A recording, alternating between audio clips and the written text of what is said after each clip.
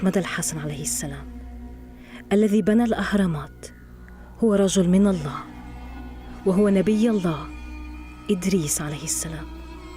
ذكر القرآن الكريم نبي الله إدريس باسمه في سورة مريم في الآيتين 56 و57، حيث قال تعالى: واذكر في الكتاب إدريس إنه كان صديقا نبيا ورفعناه مكانا عليا.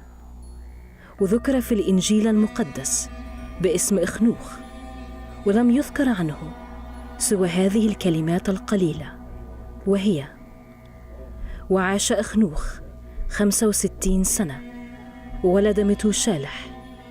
وصار أخنوخ مع الله بعدما ولد متوشالح 300 سنة، ولد بنين وبنات، فكانت كل أيام أخنوخ 365 سنة.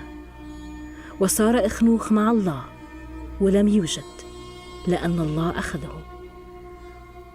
وقد قال العلماء والمؤرخين اليهود والنصارى والمسلمين أن شخصية إدريس أو أخنوخ هي نفسها شخصية الإله تحوت في الديانة المصرية القديمة، وهي شخصية هرمس الهرمسة، وأنه لقب باسم الملك سوريد. وقد كشف الإمام أحمد الحسن عليه السلام أنه بالإضافة إلى هذه الأسامي هو أيضاً الحاكم المصري القديم والمعروف في الحضارة المصرية القديمة باسم أوزوريس.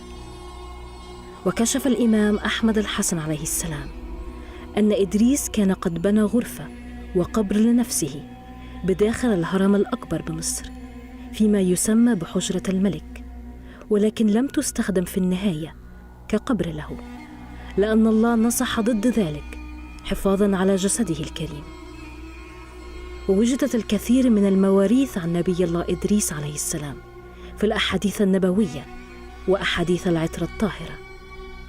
وقد ذكرت الأحاديث لقاء إدريس عليه السلام مع ملك الموت وسفره في عوالم الأموات ورؤيته للجنة والنار ورجوعه إلى الدنيا. وذكرت الكتابات المصرية القديمة أيضاً قصة أوزوريس ورجوعه من عالم الأموات.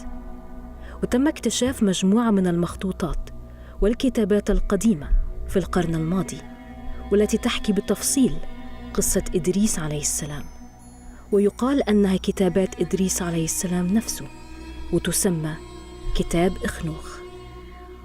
الكتاب عبارة عن مجموعة من الأسفار اليهودية كتبت أصلاً باللغة الآرامية على وجه الترجيح، وقد فقد الأصل الآرامي، ولكن وجدت أجزاء من هذا الكتاب في الترجمة اليونانية. وتوجد كذلك نسخة حبشية ترجمت عن النسخة اليونانية التي ترجمت بدورها عن الأصل الآرامي، الذي يرجح أنه كتب بين سنة 163 و80 قبل الميلاد. وقد ذكر الإمام أحمد الحسن عليه السلام أن الطاغية في عصر أوزوريس وعدوه كان اسمه ست لعنه الله، كما ذكرت الأساطير المصرية القديمة. وبالفعل كان لإدريس أخت اسمها إيزيس، وله ابن اسمه حورس. وقال الإمام أحمد الحسن عليه السلام أن حورس كانت لديه علامة على كتفه الأيمن تشبه العين، وكانت مصدر قوة عظيمة. وربط المصريون القدماء بين هذه العلامة أو الختم وبين القوة، ومن ذلك جاء رمز عين حورس.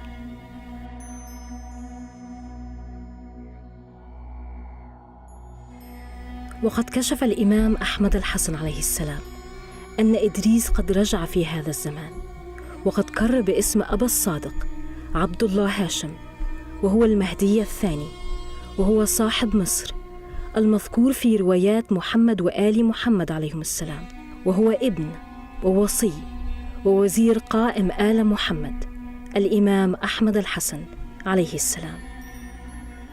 قال أبا ميكائيل أحد 12 رجلاً نقلاً عن الإمام أحمد الحسن عليه السلام: أبو الهول نبي من 124,000 نبي، إنه كان رجل ذو علم عظيم، وله معاجز.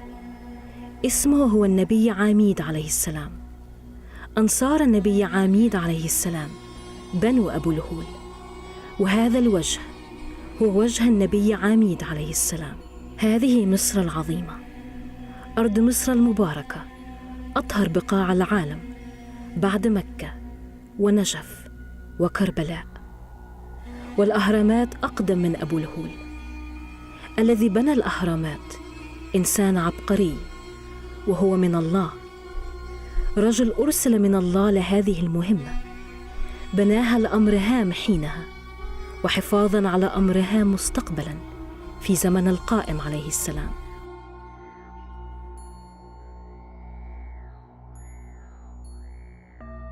الطاقة التي تجلبها تمنع الزلازل في أرض مصر، ولها كثير من الفوائد.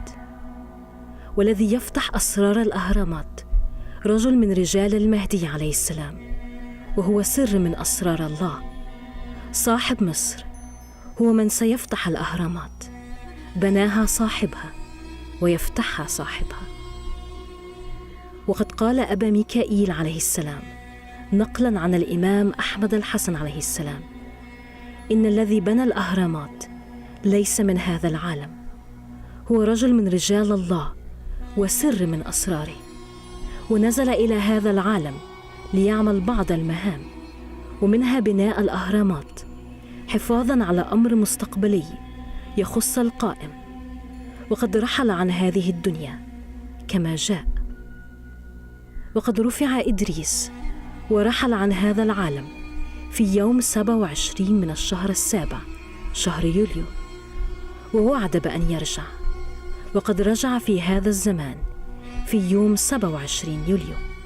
إن الأهرامات تضم قبور 6 أنبياء من 124 ألف نبي. فيها فتحة، إن وضعت أي شيء بها يعود إلى أصله الأول. إن وضعت دجاجة مثلا حية في داخلها سوف تعود بيضة. إن وضعت إنسان له طرف مبتور أو مقطوع سوف يعود إلى ما كان عليه قبل هذه الإعاقة. المريض يشفى والعجوز يعود شابا. وهناك كنز عظيم وكبير جدا في مصر يجعلها تفيض على جيرانها خيرا منهم.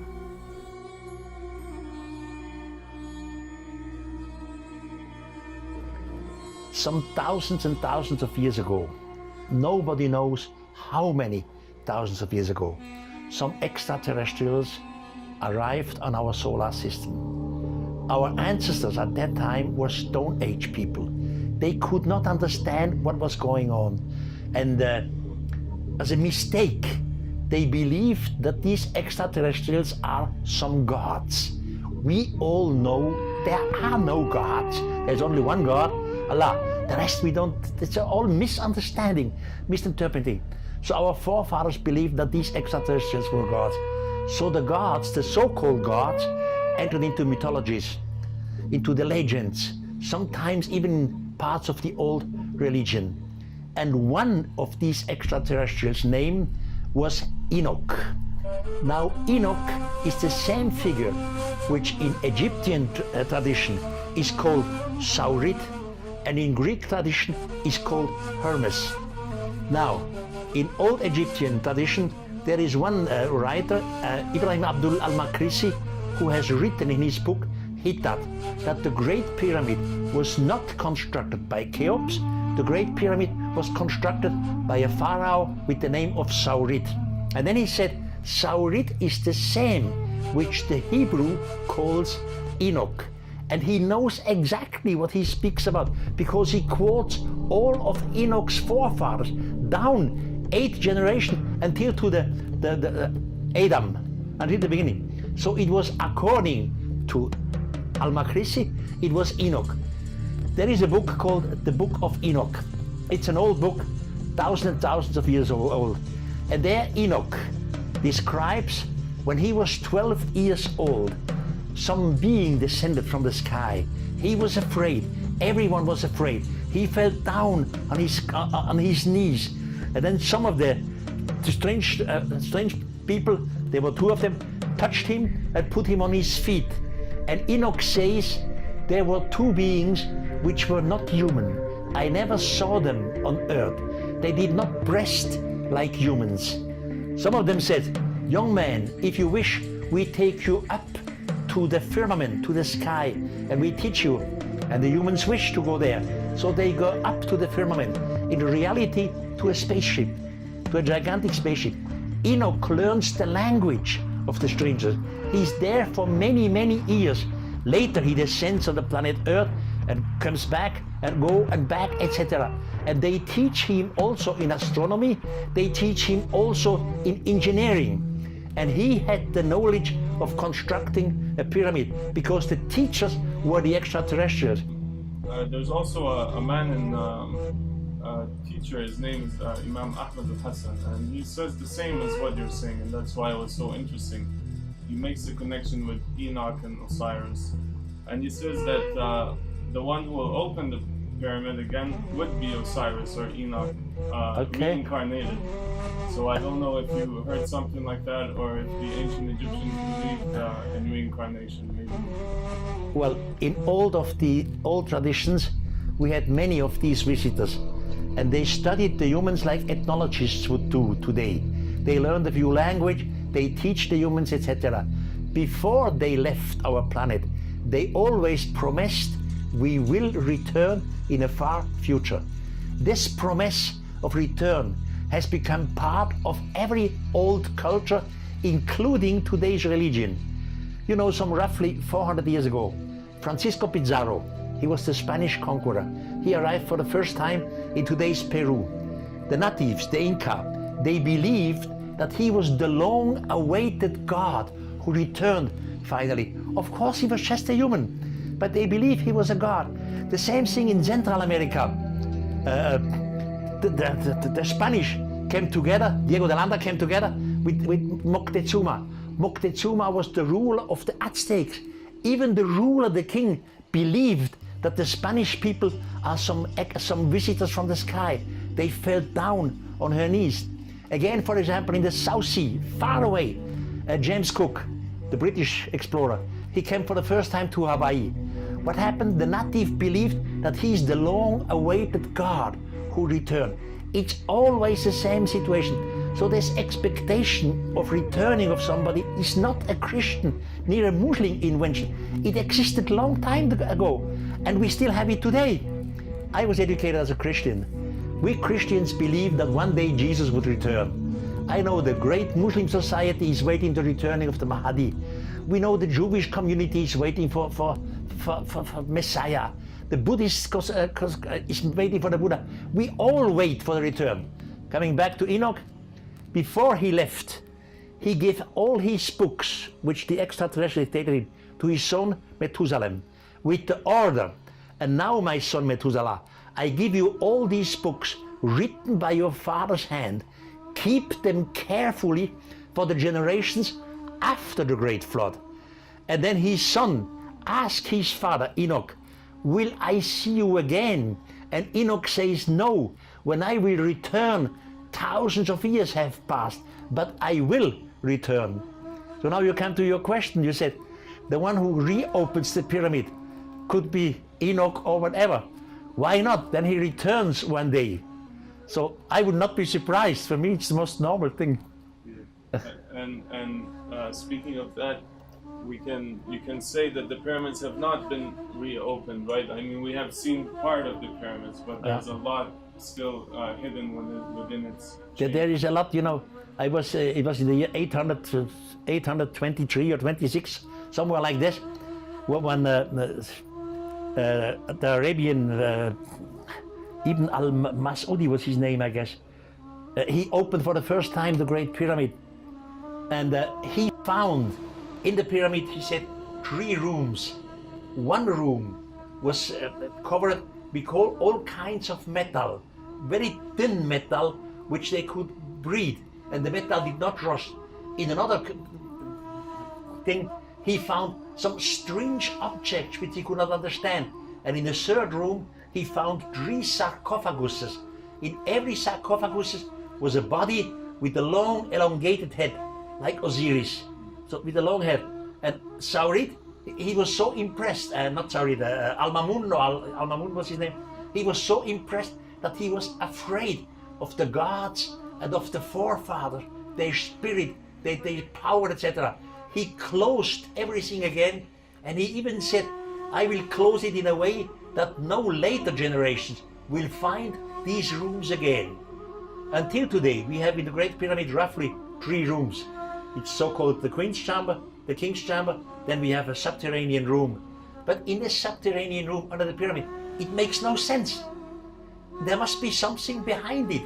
In the meantime, by modern technology, modern radar research, we can go through the stones, and we know in the Great Pyramid, it's full of rooms, not only 1 or 2 or 3, full of rooms and shafts.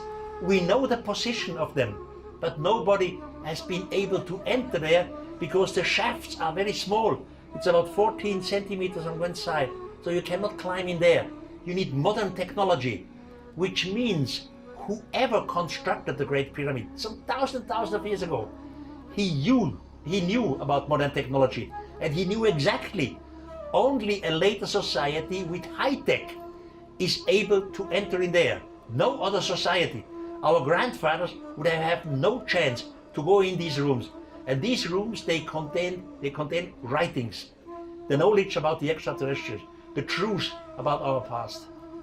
Even in the Bible, I believe, and in the Quran or in the Islamic traditions, there's no record of Enoch's death, but rather Enoch gets raised to the sky. But Enoch was the author of a book. You see, in the Bible, you read only 2 phrases about Enoch, nothing. It just said Enoch was the 7th patriarch before the great flood, and Enoch was the first human who disappeared from our planet in a fiery chariot. That's all what you read in the Bible, nothing. But Enoch was the author of a book, the Book of Enoch. Some 160 years from now in the past, an English explorer was in Ethiopia. He was looking for God. He entered into a convent, and finally he stood for 30 years in this convent of Ethiopia. He learned the language of the locals, and in the old library of the convent he found a book, the Book of Enoch. He said, hey, I know Enoch from the Bible, only 2 phrases there. He was the 7th patriarch before a Book of Enoch. So he started to read Enoch, and he was the first who made a translation from old Ethiopian language into English. Later, the English Enoch has been translated into German and different other languages. And Enoch is fascinating because he writes in the first person, the I form. It's a report, it's not a telling story. He did, he said, I here, I said, and he explains exactly what happened.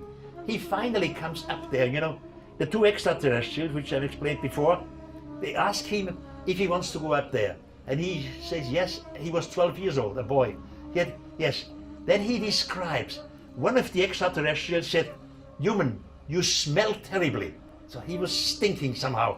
So they asked him to put all his clothes off. He was completely naked, the boy, and he had to wash him all his body. And then they give him a cream, and they order him to put all this cream over his body. And Enoch make this all over his body, and he smells on his skin. And he, hey, I smelled like one of them. It smelled sweet. Then one of the others give him a suit, a similar suit which they were on. Enoch doesn't know how to put this suit on. The extraterrestrial is explaining. And Enoch, the boy, when he has his suit, he looks like on himself, and he says, I look like one of them. Now he is in the same suit which they have. Then they go up.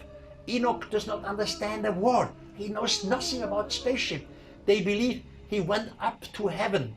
It was not heaven, it was simply the orbit. Up there, over the earth, Enoch says, but I wish to fall downward to the planet. Why downward? If somebody wished to fall downward, he must be out of the planet. And he says, the high place on which we stood once turned up and then turned down. Of a sudden, I saw the earth up and I saw the sun down, which means he's in generation spaceship orbiting around his own axis. But he could not know this. He knows nothing about technology.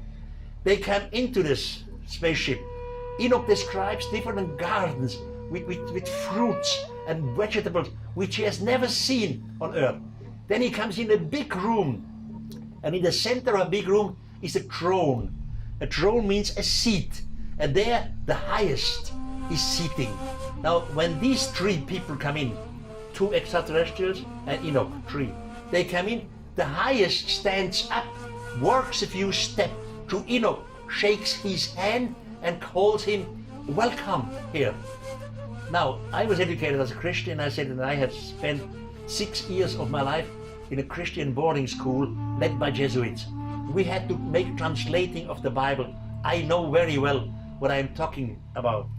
In the original book of Enoch, the original language, they never used the word God.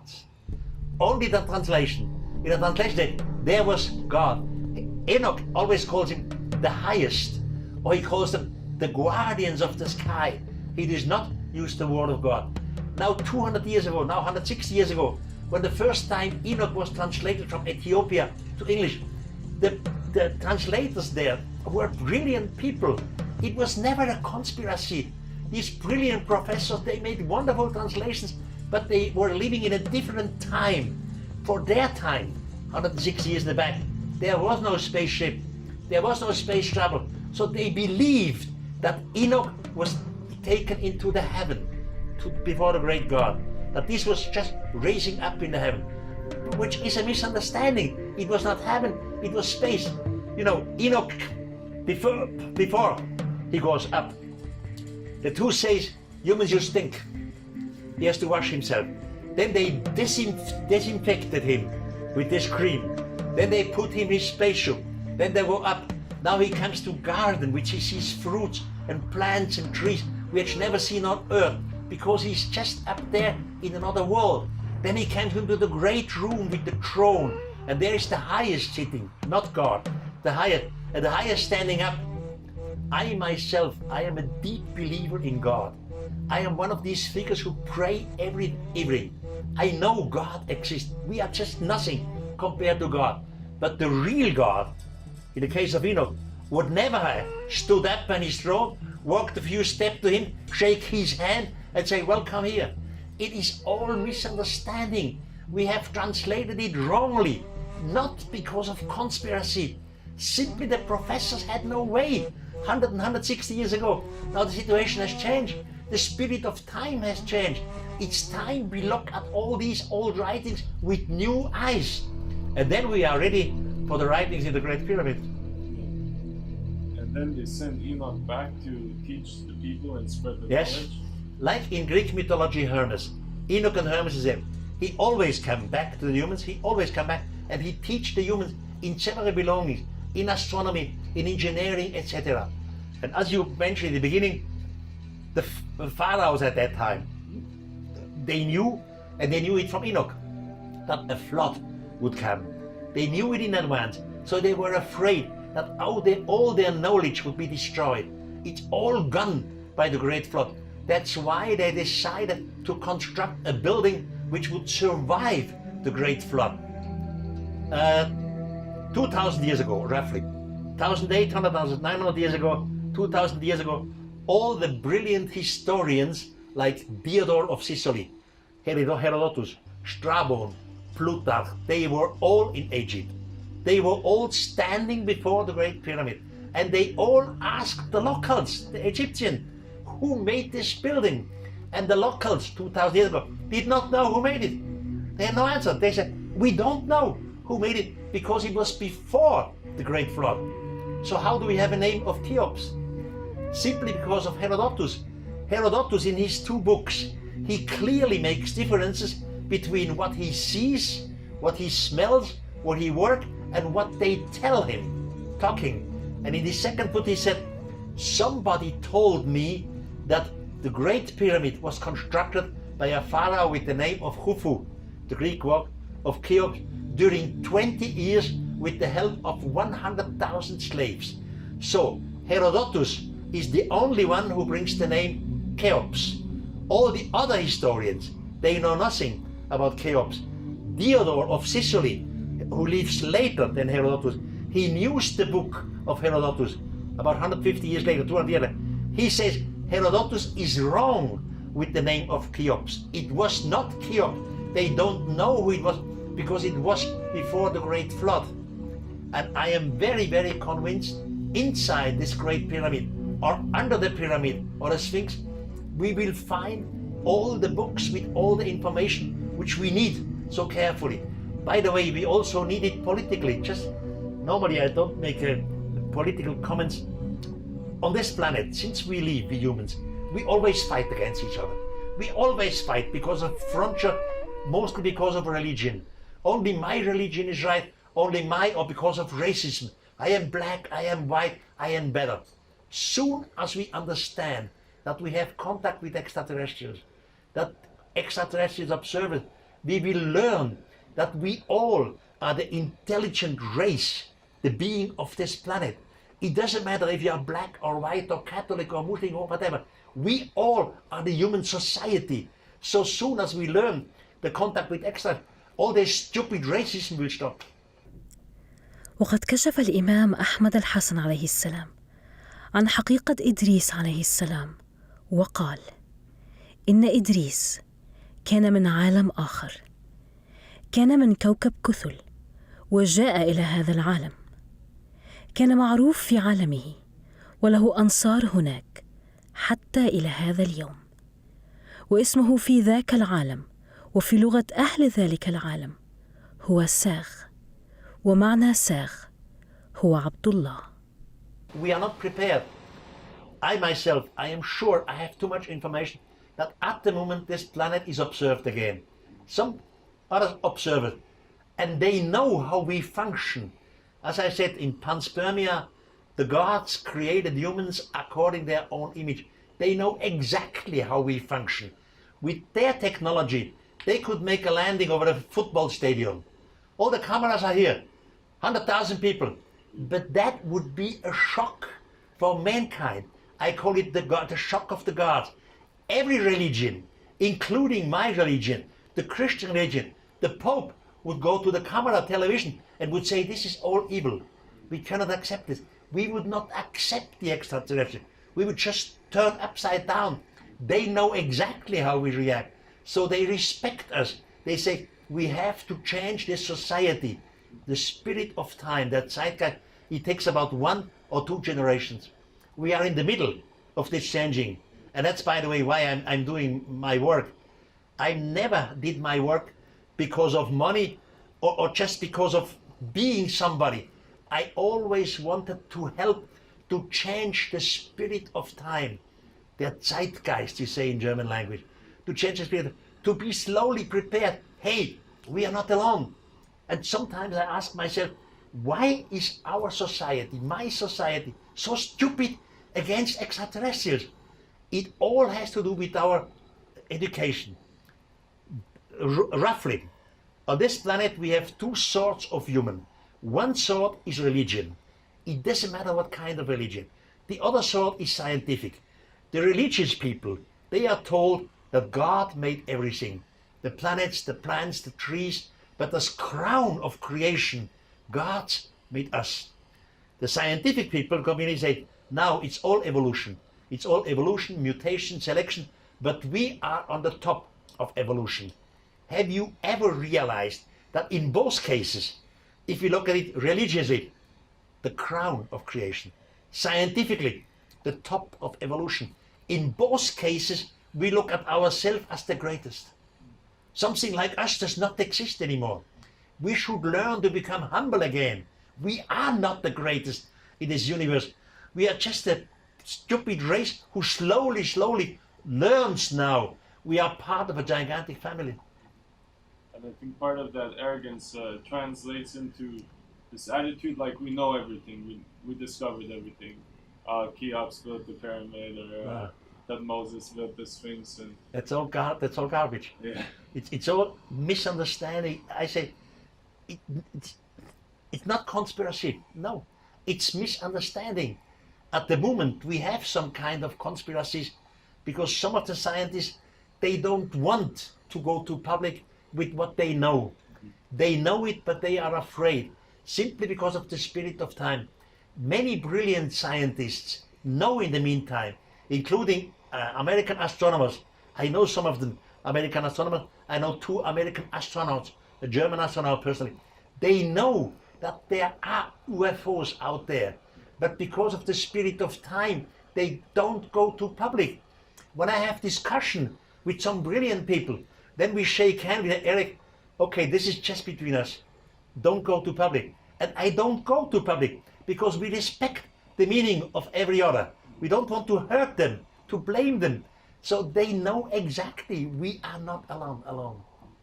So it seems that it was the same in the time of Enoch, that the aliens, by extraterrestrials, didn't just publicly also come out to the people, but they watched and they found this young boy and they said, maybe there's something special about it. Maybe he's not so programmed that he won't maybe be so shocked that he would, and they select people. Do you think that happens today? Yes, definitely. They selected people. Enoch did so too. You know, Enoch, I told you, when he was up in the spaceship, he in the beginning knows only his own language. Then he learned the language of the extraterrestrials. Then they give him a quick writing device. I don't know what a quick writing device is. It's written in the book of Enoch. Something in which he could write very fast. Then different teachers, they teach him in astronomy, they teach him in engineering, etc. And here are good examples. For example, the astronomer of the spaceship says to the young Enoch, human, look out there, look out the window. Do you see this little light there? You humans call it moon, but the moon has no light by itself. The moon receives his light from the sun. And he explained him why sometimes we have full moon, half moon, etc. This is a scientific information. Or he explains him the sun. Do you see this bright shining light there? Enoch, you see this? You see all the little lights up there, which you call stars? Every star is like your sun. And then he explains Enoch that our sun has planets. He explains him that our planet is surrounding our sun in 365 days plus weekly leak hour. So this is astronomical information, scientific information. I have always been accused by some critics that I take the old texts and then out of the old texts I make a gigantic story. But in reality, it was just the lightning. Our ancestors, they saw the lightning, the flashing coming down. They heard the thundering later. Maybe they were suffering an earthquake or some desert storm. So these are natural events. That's all possible. Of course, our ancestors in prehistoric time, they had some natural religions, but that's not enough. Because natural events, lightning, earthquake, thundering, does not explain you scientific information about the moon, the sun, about the solar system. So the simple natural explanations for the old text is not enough. We need other explanations. And you have to know the text. And I know all these texts from different groups around the world. Yeah. And you can see it in the real world, how we went from living in the caves, running after animals with sticks to building pyramids and building structures. Like you were showing me photos of the Osiris Temple or the Sphinx Temple or in South America or whatever. Huge monoliths that probably we couldn't even recreate today. Or no. You see, every technology has an evolution. Our Stone Age people, they slowly learn that there are hard stones and soft stones. A sandstone has not the same together as a block of granite or andesite. So they learn it. They slowly learn that you can polish soft stones with hard stones. They learn slowly how to transport it with rulers, wooden rulers, with ropes. But this is all a process of evolution. That takes long time, the process of evolution. Now at Cheops' time, Cheops' grandfather, Cheops' father was Snafu, his grandfather, I don't know his name, he's still a Stone Age man. They did not have the evolution of technology at Cheops' time. I said, in the Cheops pyramid, we have many shafts, rooms, much more than which are officially published today. There are different rooms. All that means planning. Before the builder starts to construct the pyramid, to pitch stone blocks together, before he has to make the planning. the engineering. All the rooms have to be planned before. You cannot finish the pyramid first with stone block and later a priest arrives, they stop, I need a shaft here, 62 meters. But the shaft has only 14 centimeters on one side. You cannot put the Lilliput man in there. So the planning had to be done before the starting of the pyramid. Now at Cheop's time, this planning, this engineering planning did not exist. But there was Enoch. Enoch was taught in engineering. And Enoch told them a great flood will come, all your knowledge will be destroyed if you do not construct a gigantic building which will survive the flood. And he, from the teaching of the extraterrestrials, he never used the word God, he calls them guardians of the sky, he knows about the planning.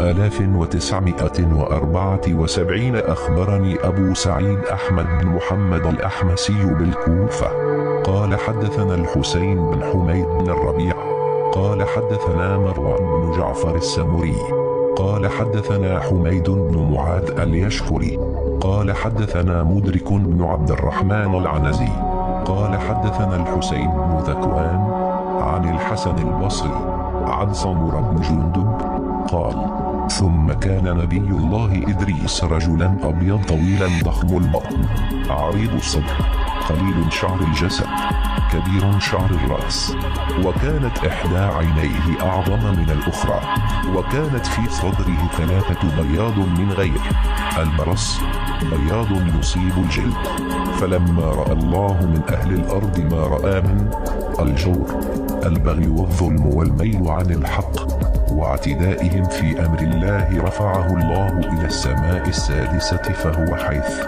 يقول واذكر في الكتاب إدريس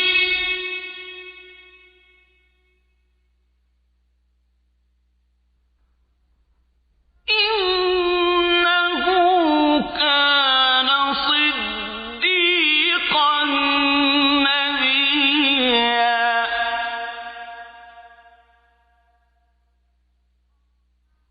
ورفعناه مكانا عليا. There's one interesting also tradition in the Islamic traditions that talks about Enoch and describes him, and it says he has a great big belly and wide thighs, and he has 3 points on his stomach. And for me, it's an obvious reference to the Orion's belt. Is Orion also in the ancient Egyptian? There was Osiris. Yeah, of course. I mean, the oldest Egyptian god is Osiris, but Osiris is the same thing as Orion. Then the wife of Osiris was Isis, but Isis is the same thing as Sirius. So it's all related to the star. Now you have pyramid texts, many pyramid texts, and these pyramid texts were always translated in the wrong way. They translated in a spiritual way, that the pharaoh, after he's dead, he had the wish to fly up there. But some of the pyramid texts, and I could quote you exactly the one, they clearly say, "Oh God, oh Lord, I was able to travel with you in your ship. We were moving."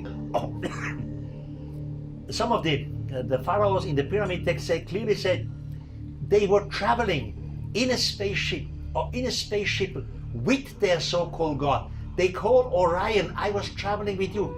It's not just fantasy, this pyramid text, not just translating of a wish after the dead. It was reality. So Orion is coming from the star of now Orion, Osiris, Orion, and the 3 pyramids. According to Mr. Boval, Robert Boval, he's a brilliant man and I know him very well, he clearly proved that the 3 pyramids are in the same position as the star belt of Orion. Of course, only in certain dates of the planets. Yeah. Do you think maybe this is kind of also Enoch giving a clue as to where his journey was? Definitely, yes. We always have these clues in there. They always have some hint that slowly we should learn. We should understand, hey, that's a hunch, that's a clue. It's not coincidence. And slowly we learn. I am happy. The spirit of time is changing. Like this Imam Ahmad Hassan and he talks about these concepts, and he even says that the God, the absolute God, he, like you said, he cannot stand up and walk around, but that he created and his creation created. So the basic of my theory is this planet was visited some thousands of years ago by extraterrestrials. If you accept this, you have to ask yourself, okay, and who created the extraterrestrials? Where did they come from? Now you can say, they were influenced by another solar system. Okay, who created the other solar system? You go back millions of years, and finally, in every respect with the religion, you say, here is God. You will not lose God. The gigantic, unexplainable thing which we call Allah or God, we will not use God if you discuss or deal with extraterrestrials. And again, there's a lot of unexplained question marks that they try to cover up, and I think it's always better to open our mind, even if it's scary, even if it goes against what you believe in the apparent. Even like you said, there's no contradiction, but just it takes a little bit of courage. And yeah, but that's exactly what I call the spirit of time. You see, every magazine, be it in Germany, Der Spiegel, or Newsweek in the United States, every magazine, every TV station, every radio station has an owner. The owner could be a society, could be a union, could be the state. It doesn't matter what, or a rich family has an owner. And the owner always wants to be reasonable.